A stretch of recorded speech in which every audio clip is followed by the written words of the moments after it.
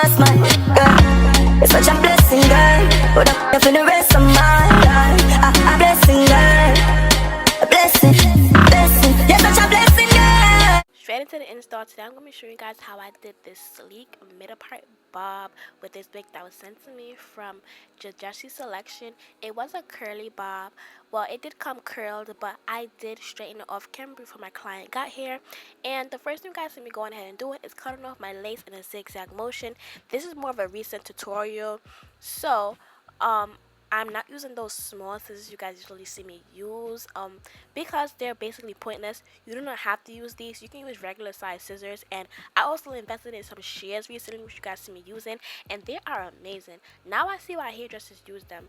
These things is like so strong and sharp. It gets the job done for bobs and all of that. I didn't know that because if you don't know, I never went to hair school. I'm literally like self-taught with everything I do. Like everything I do was self-taught. So when I was in a beauty spot store one day, and I'm like, yo, I should buy some salon shears or whatever you call them, and they were amazing. Now after the lace is cut off in a zigzag motion, we're gonna get into cleaning off the forehead with some rubbing alcohol, and you need to do this to clean her head or your head before you do the install, because this will make an install last longer. For glue today, I am using Ghost Bond as per usual, and I do 3 layers of Ghost Bond to get at least a 2-week hold with proper maintenance.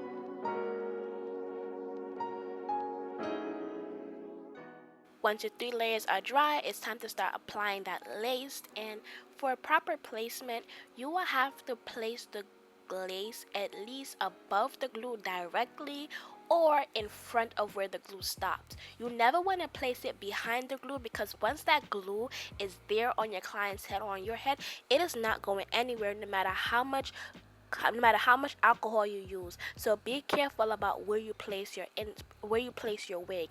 And I'm stressing this a lot because one thing I hate is to do an install and then there's glue in front of it, because I know for a fact couple weeks or couple days it's gonna get dirty because dirt is going to adhere to that glue in front of the lace. So make sure you try and place your lace in the correct place.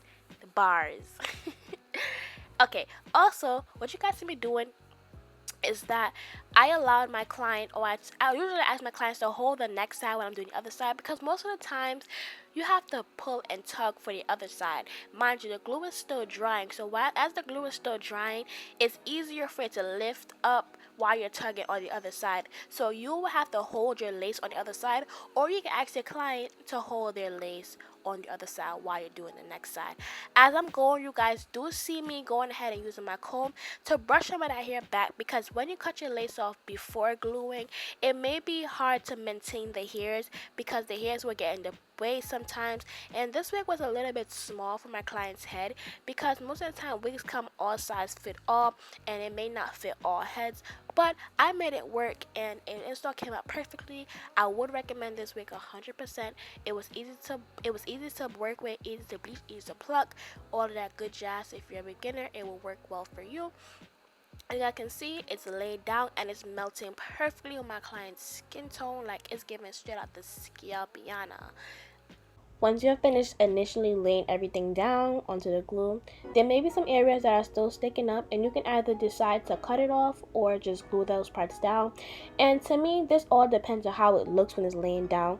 If it's not an HD lace, I try to cut off as much as possible, because Honestly guys, lace will always be lace. No matter how well you melt it, it will show either way. So I just try to cut off as much as possible, especially if it's not an HD transparent lace. But even if it's HD lace, sometimes it may still be visible, so I will just cut it off. It just depends on how it looks, honestly, and you have to know how to determine it. And right now, as you guys can see, I'm gonna go ahead and just basically glue that part down. And you can determine it by just laying it down onto the skin. And if you can look at it and see the lace before gluing it down, just cut it off. If not, then you can go ahead and glue it down. Now I'm beginning to part out some hairs that I'm going to use for the baby hairs. She just wanted like 2 simple swoops or whatever the case is, and that's what I gave her.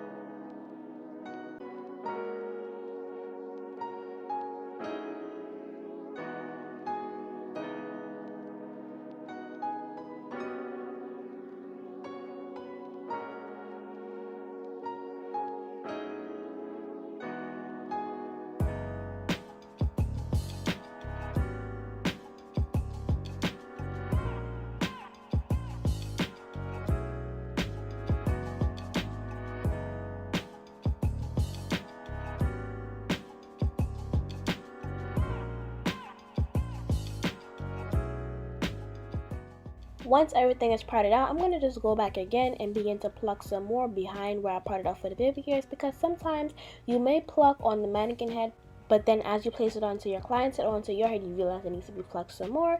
So that's what I'm going to go ahead and do.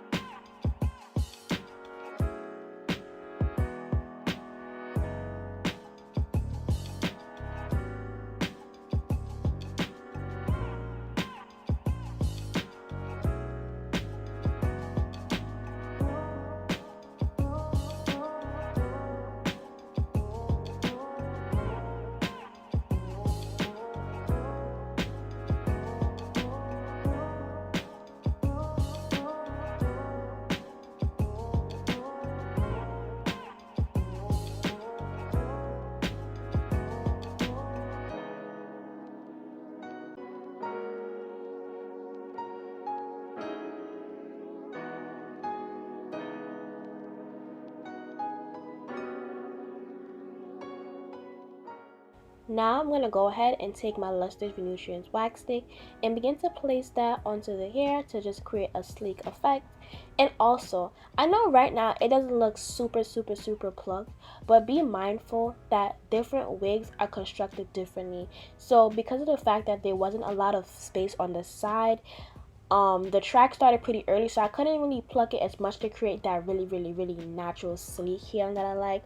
So I had to stop plucking there. That's why I didn't go much further, because you see where that hair stops, that's literally where the track starts.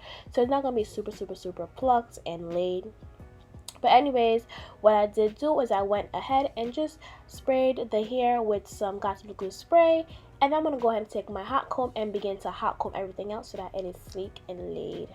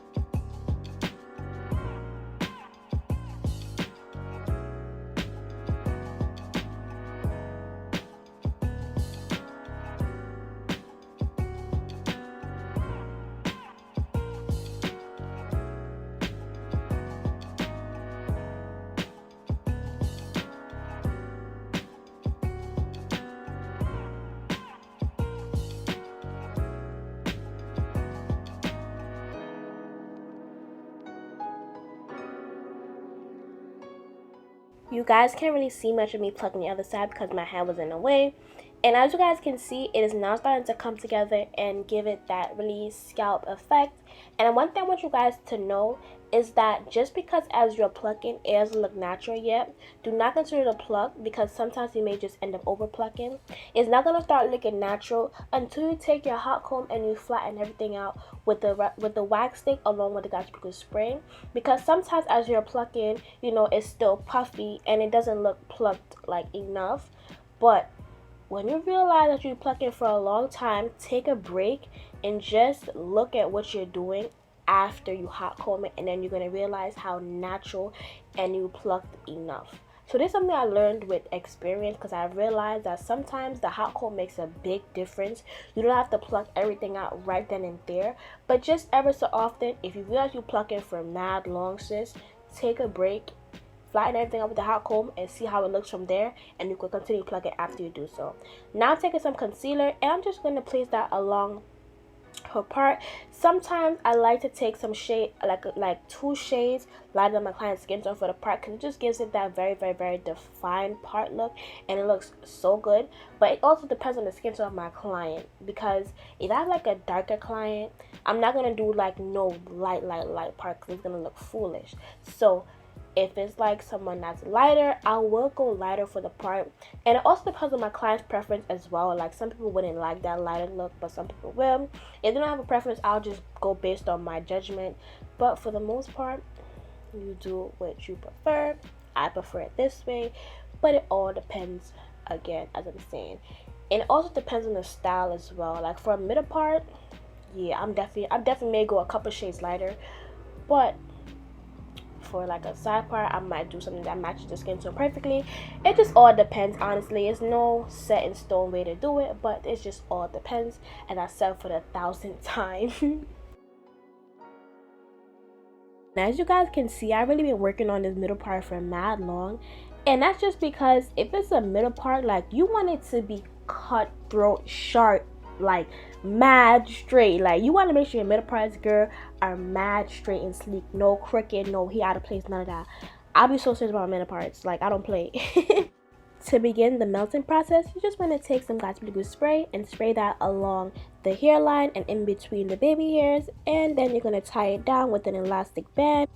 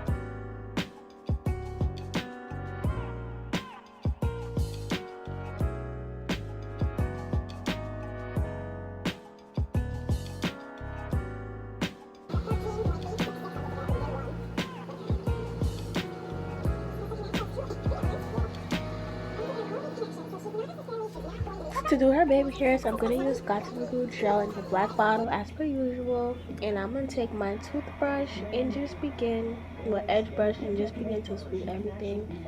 I can't really explain how to swoop, so I'm going to just be quiet and you guys see what I'm doing.